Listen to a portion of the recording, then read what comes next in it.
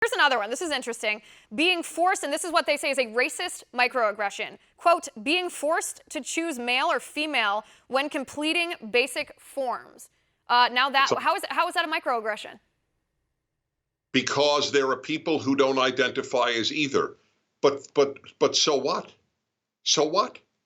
But that's all there is. The human species, like the species of giraffes, is divided into male and female. They are the first to acknowledge we're just another animal. Are there other genders among giraffes or kangaroos or elephants? No.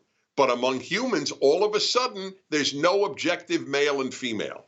Right. Now, by the way, I acknowledge there are people who identify as the other sex, but it's that doesn't erase the point. There are two sexes. You identify as male or female. If you identify as neither, that is literally your problem. I feel for you. I'm not being sarcastic, but that is your problem, not society's. Right, and for many of these forms, it's actually an important thing to identify what your biological sex, your biological gender is, because particularly in the medical field, there are different protocols on how you should be treated medically for emergencies based off of whether you are male or female, because different medications, different treatments interact differently, and liberals seem to just ignore that, the safety of these individuals in the pursuit of, I guess, political correctness.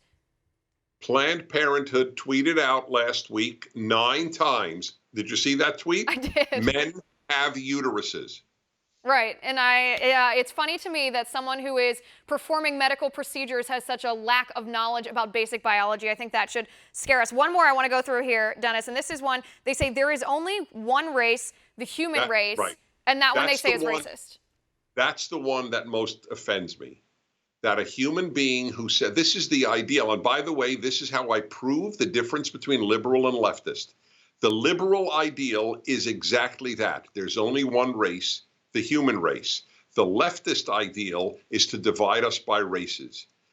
And that's why I want everyone to ask their friends, are you liberal or left? And if they ask, what's the difference? Use this example or this one. Do you support all black dormitories on campuses? If you do, you're a leftist. If you don't, you're a liberal. Right, that's very interesting. It's also funny, there was another section of this microaggression chart that talked about how to interact with your friends of a different race, how not to ask them how to say words in their native language or the native language of their parents, which is ridiculous to me because we're told that we shouldn't see race, we're told that we can't recognize race because it's offensive, but at the same time we're told that race defines us. That's right. No, there's no consistency. I'm sorry to say the left-wing world, not the liberal world, the left-wing world is sick.